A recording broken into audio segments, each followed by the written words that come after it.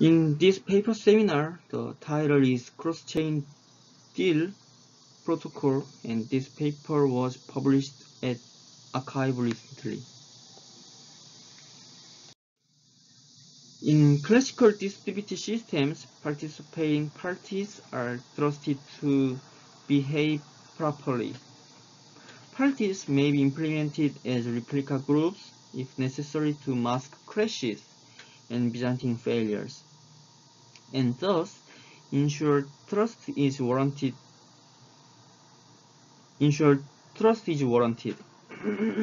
The computations are often organized as atomic transactions.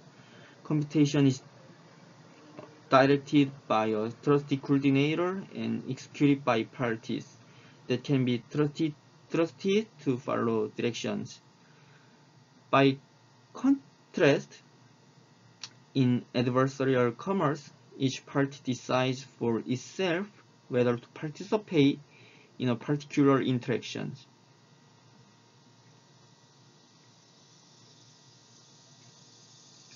Because parties are autonomous, they cannot be forced to run common hardware or software. Instead, they agree only to follow a common protocol.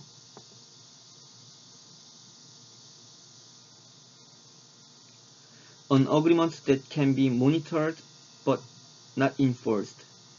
The common protocol should guarantee that all parties that follow the protocol end up no worse off than when they started, even in the presence of faulty or malicious behavior by other parties.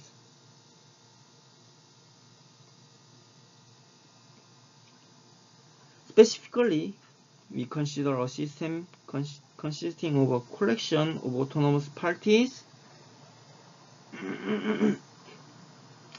where each party controls some set of assets, and parties may exchange assets among themselves in complex ways for much mutual benefit.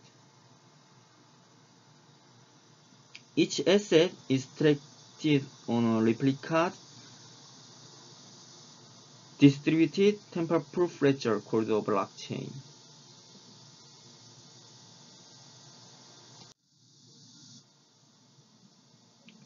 There are three parties.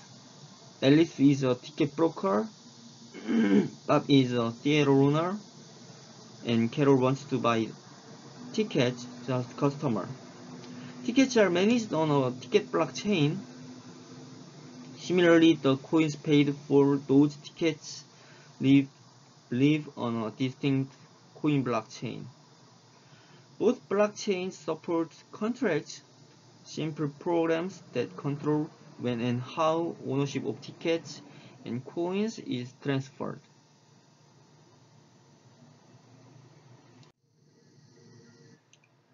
Alice buys tickets at wholesale prices, and this is the example. Alice buys tickets at wholesale prices from event organizers and resell them at retail prices to consumers, collecting a modest commission. And Bob is a theater owner, decides to sell to coveted tickets to a hit play for 100 coins.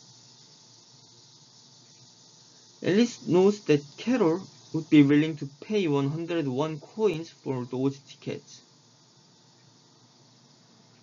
So Alice moves to broker a deal between Bob and Carol.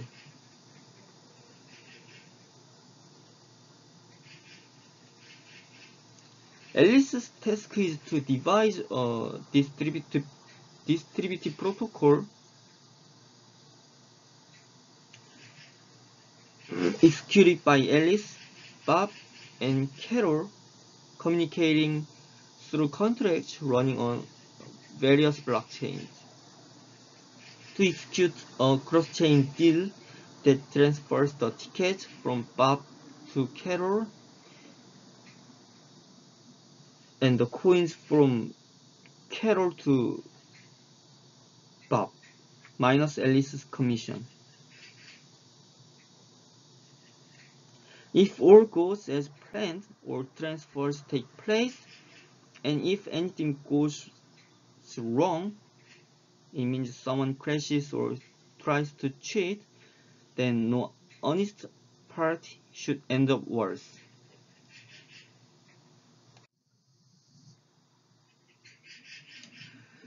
The deal is captured by a table where each row and column is labeled with the party, and the entry at row I and column J shows the assets to be transferred from party A to party J.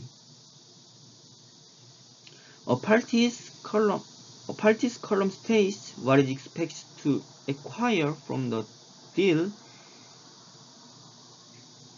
its incoming assets, and each row states what it expects to relinquish, its outgoing assets. In our example, Carol expects to transfer 101 coins to Alice in return for tickets transferred from Alice. Similarly, Bob expects to transfer tickets to Alice in return for 100 coins from Alice.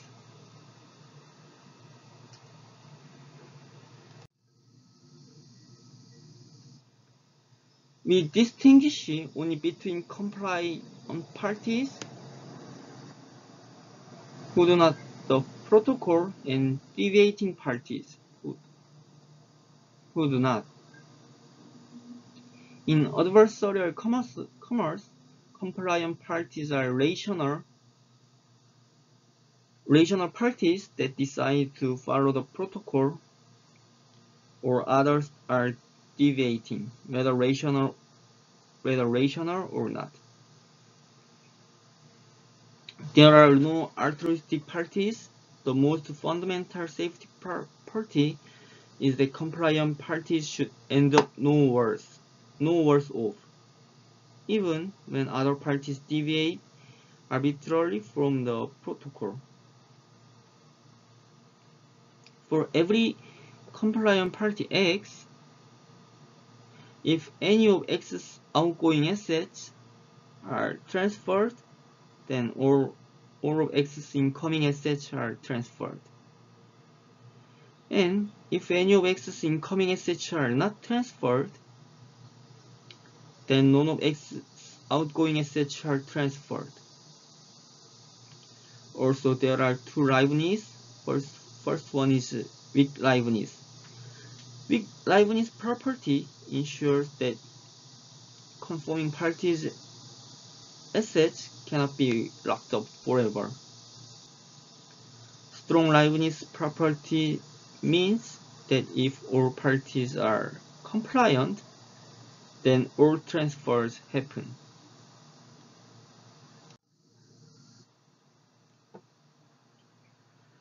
For our purpose, a blockchain is a publicly readable and tamper-proof distributed ledger that tracks ownership of assets among various parties.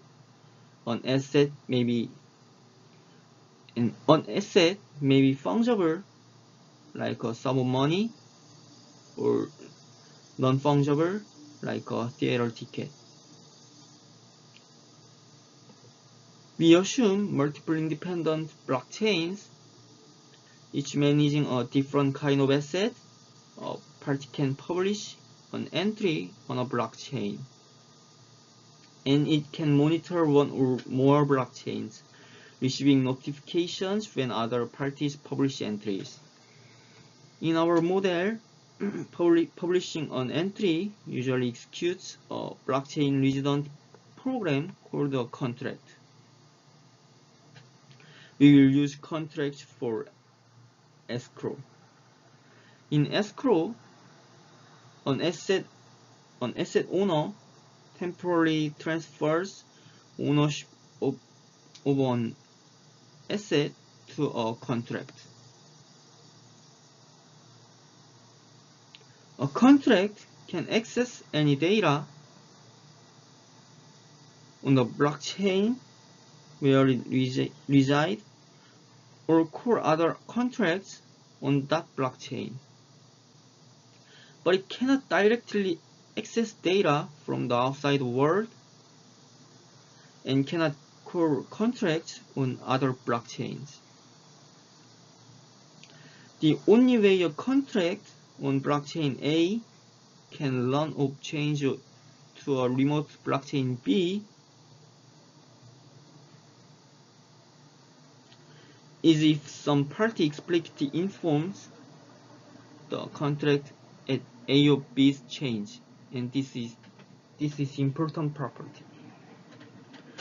So contract code is deterministic and trusted, and then it is also passive, executed only when called by active parties.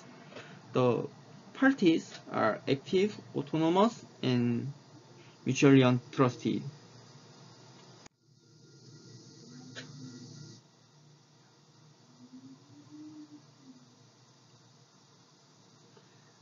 And an asset can have only one owner at a time, so we say that owns PA is true if party P owns asset A and no other party owns asset A.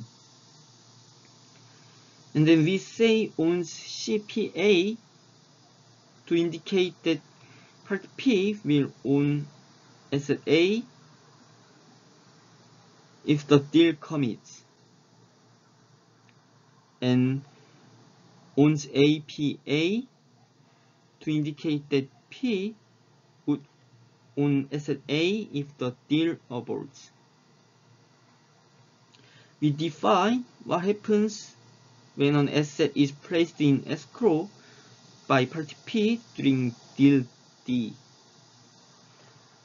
And there are precondition and postconditions.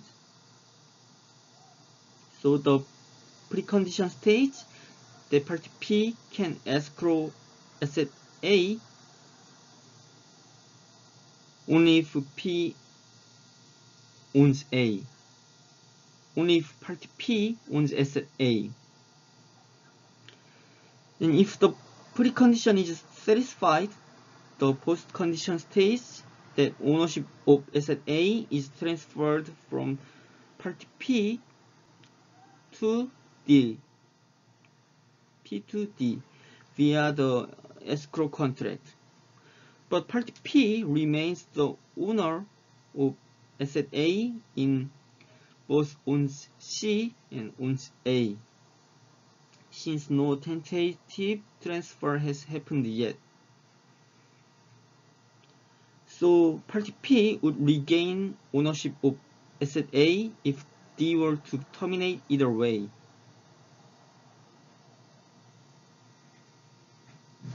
For example, when Bob escrows his tickets, they become the property of the contract, but should the deal terminate right then, tickets will revert to Bob. Next, we define what happens when party P tentatively transfers an asset A to party Q as part of deal D.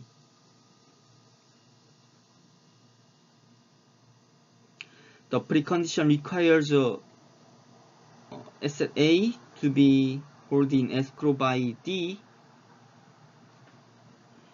with party P, the indicated owner should decommit. If the precondition is satisfied, the postcondition states that party Q will become the owner should decommit. For example, when Bob transfers his ticket to Alice, Alice becomes the owner of those tickets.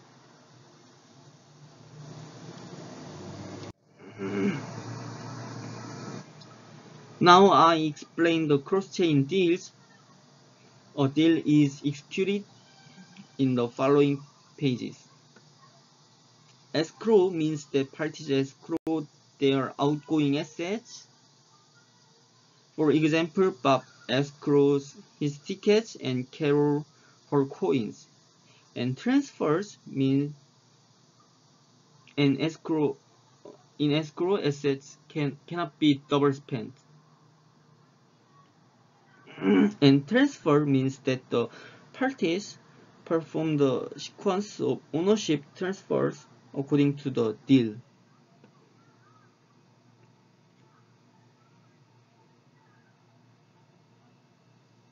For example, Bob transfers the tickets to Alice, who subsequently transfers them to Carol.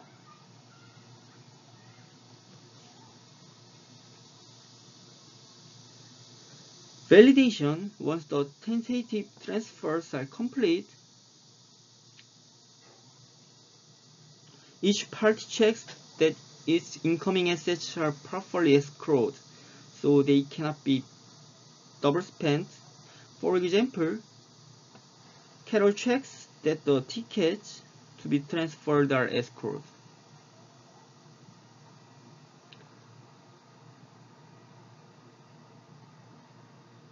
Finally, the parties vote on whether to make the tentative transfer permanent.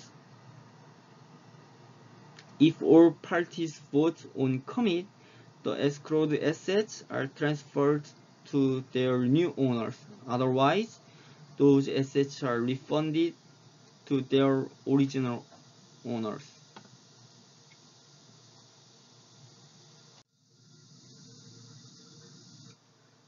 About commit protocol, I will explain two cross-chain deal protocols. First one is the time lock commit protocol, which is one for synchronous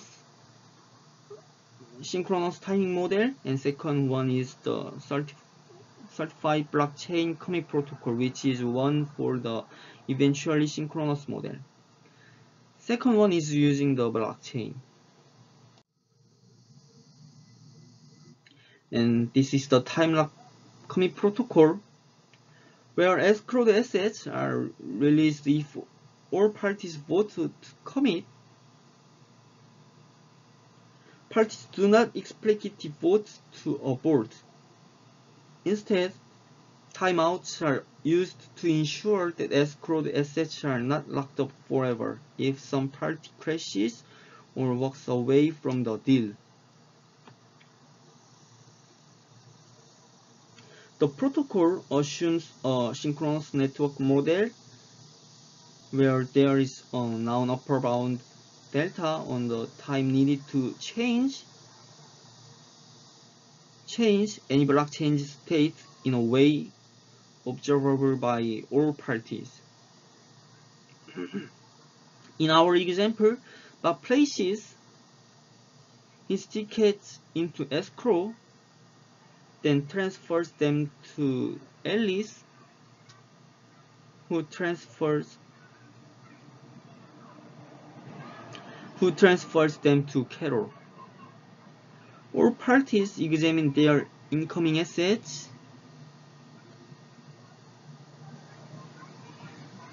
and if those assets are satisfactory, the parties vote to commit at the escrow contract on each asset's blockchain.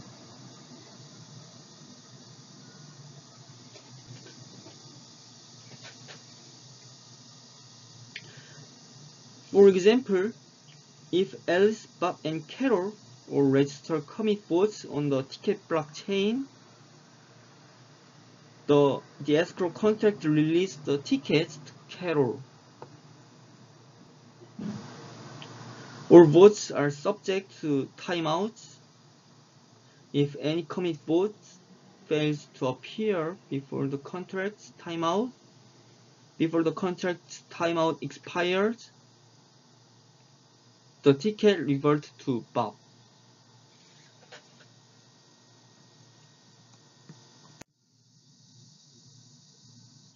Because of the adversarial nature of a deal, Each party is motivated to publish its vote on the blockchains, controlling its incoming assets.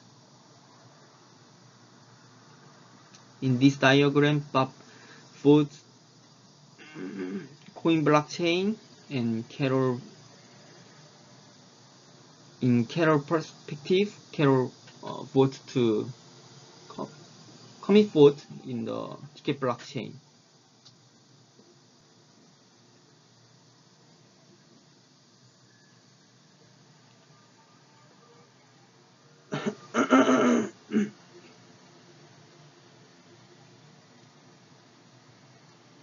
To align the protocol with incentives, one party's commit vote may be forwarded from one escrow contract to another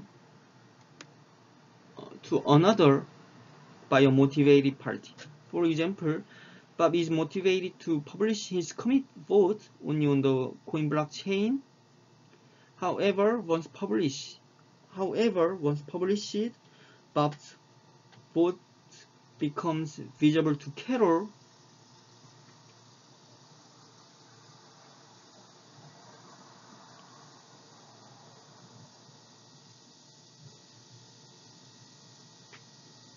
who is motivated to forward that vote to the ticket blockchain.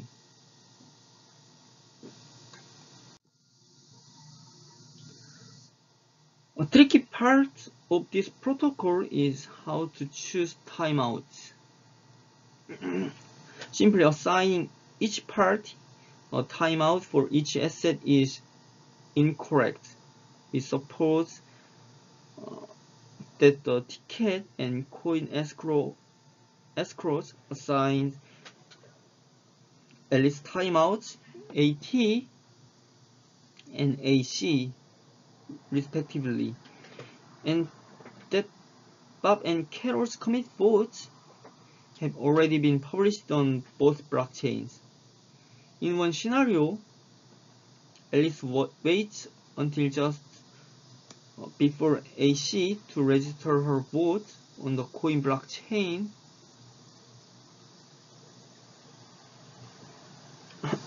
unlocking Carol's payment to Bob. It may take time delta for Carol to observe Alice's vote and forward it to the ticket blockchain, and implying that AT is greater than AC plus delta. In another scenario, Alice waits until just before AT to register her vote on the ticket blockchain.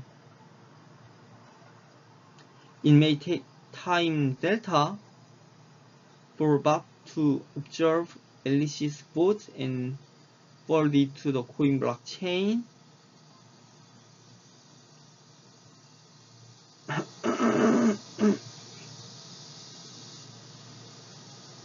Implying AC is greater than AT plus delta. So it is a contradiction.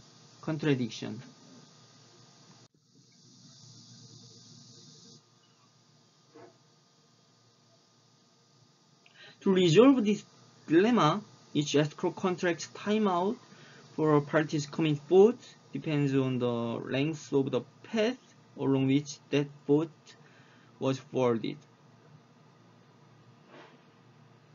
For example, if Alice votes directly, her vote will be accepted only if it is received within delta of the commit protocol.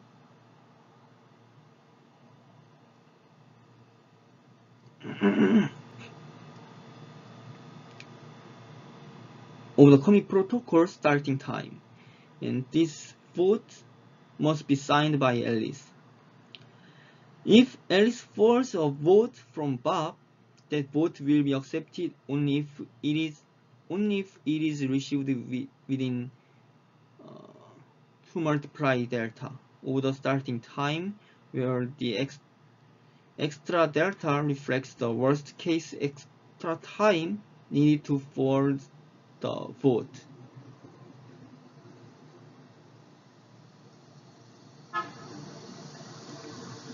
This vote must be signed first Bob, then Alice. Finally, if Alice forwards a vote that Bob forwarded from Carol, that vote will be accepted only if it is received within 3 multiply delta and so on.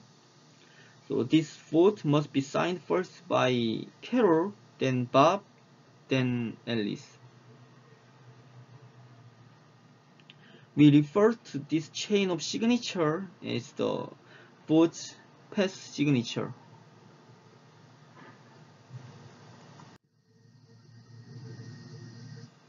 This is the time lock commit protocol. Each party places its outgoing assets in escrow. Here D is the deal identifier and the info is the rest of the information about the deal, plist, T0, and delta. And then party P transfers a subset A prime of asset A tentatively owned by P to party Q. The party must be the owner of asset A and party Q must be in the P list. Validation page is the same before. So each party examines its escrowed incoming assets to see if they are satisfactory and the deal information is correct. If so, the party votes to commit. Finally, each compliant party sends a commit vote to the escrow contract for each incoming asset. A compliant party is free to send commit votes to other escrow contracts as well.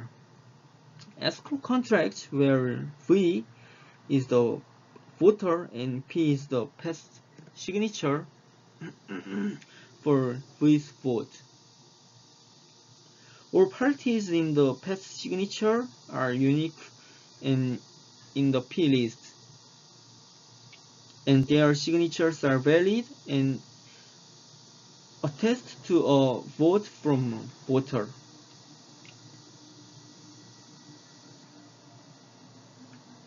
If the commit is accepted, that contract has now accepted a vote from the party. A contract releases the escrowed assets to the new owner when it accepts a commit vote from every party.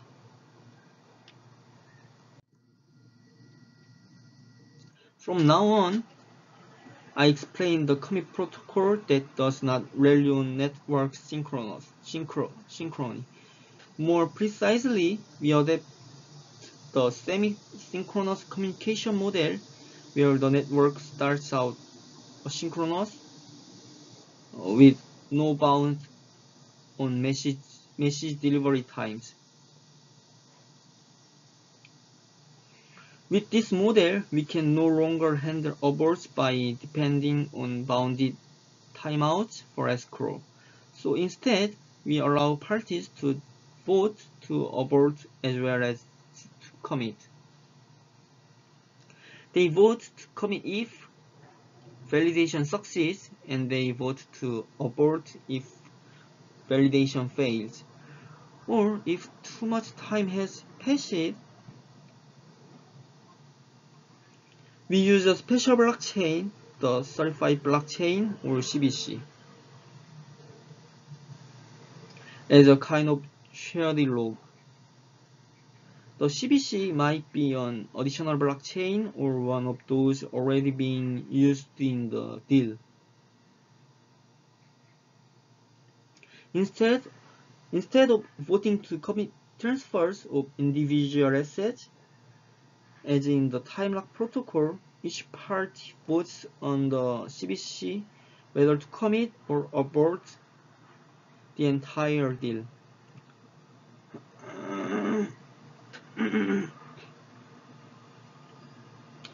A party can extract a proof from the CBC that particular votes were recorded in a particular order.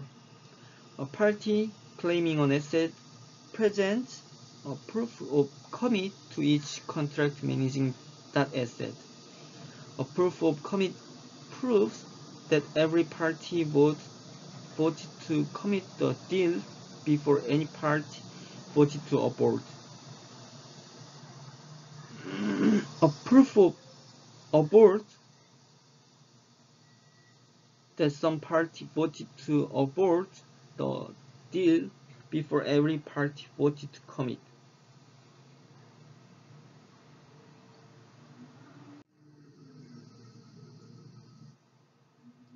One party records the start of the deal on the CBC by publishing an entry, and each party places its outgoing assets in escrow. Here H is the hash of the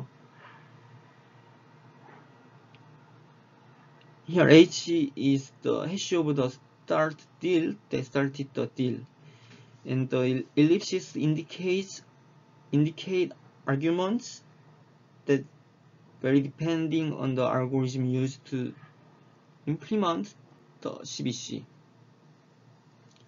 And part P transfers a subset A prime of asset A, tentatively owned by part P to part Q.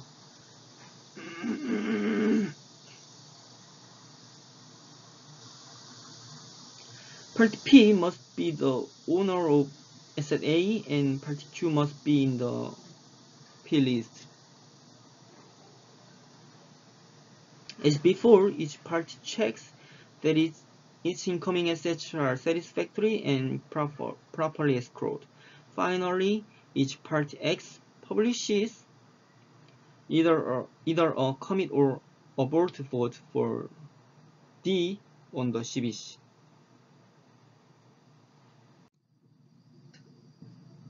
In cross-chain proofs, the decisive vote is the one that determines whether the deal commits or aborts. However, it is not enough to convince active parties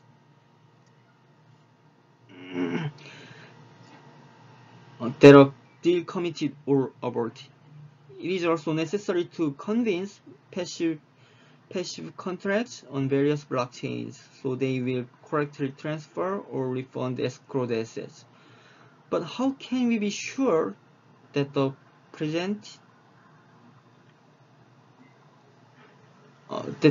blocks presented are really on the CBC?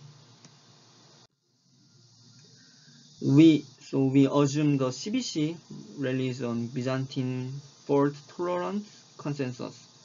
To support long-term fault-tolerance, the blockchain can be reconfigured periodically by having at least 12 plus 1 current validators. Elect a new set of validators. We take advantage of the fact that the CBC has validators. This allows the parties to request certificates from the CBC.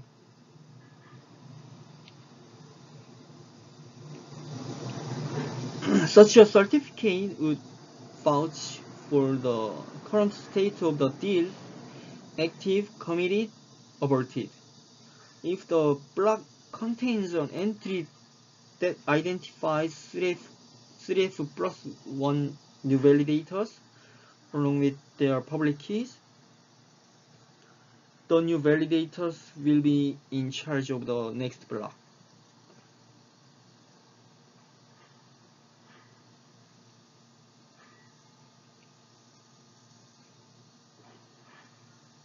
This is accomplished by passing the 3f+1 validators of the initial block as an extra argument to each of the deal's escrow contracts.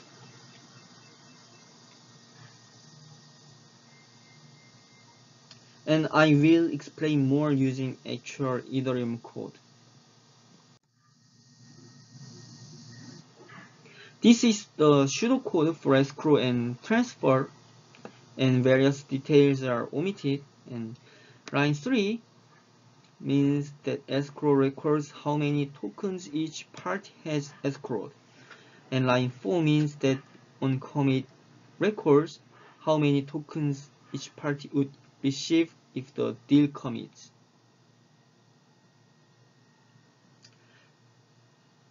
I first explain the escrow function.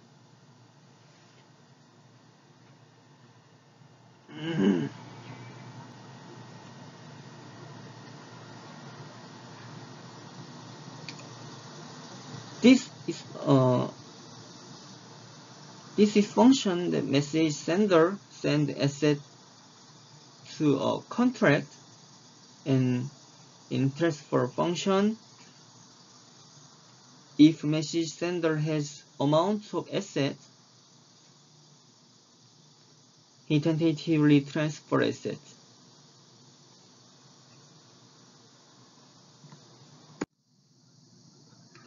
This is the time lock commit protocol contract code. Some details are also omitted, and there are parties and which ones have voted. The commit function takes as arguments the voter, the set of signers, and their signatures. It checks that the deal has not timed out, that the vote has not already been recorded, and that there are no duplicate signers, and finally recording the just one voter.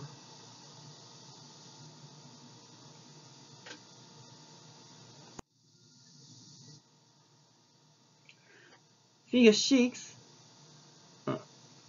In this figure shows a pseudocode fragment for an escrow contract for a CBC using an underlying BFT consensus protocol that tolerates F Byzantine validators.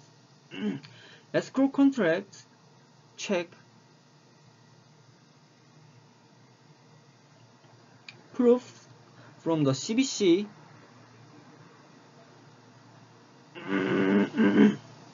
by verifying that they are correctly signed by enough validators. These validators are set when publishing escrow contract in advance. The contract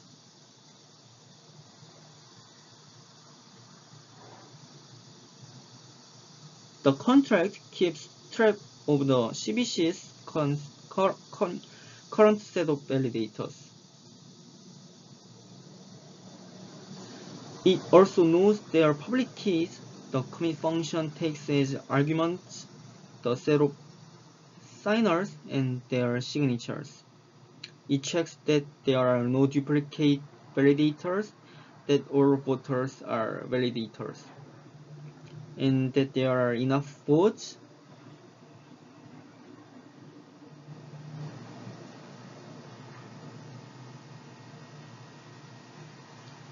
If all conditions are satisfied, then outcome is committed. So escrow contracts check proofs from the CBC by verifying that they are correctly signed by enough validators. So outcome is committed. So this is the conclusion. We have proposed the notion of cross-chain deals to fill the ecological niche occupied by distributed atomic transaction. And we have proposed using escrow contracts and distributed blockchain-based commit protocols to play the role the classical concurrency control and the two-phase commit protocol.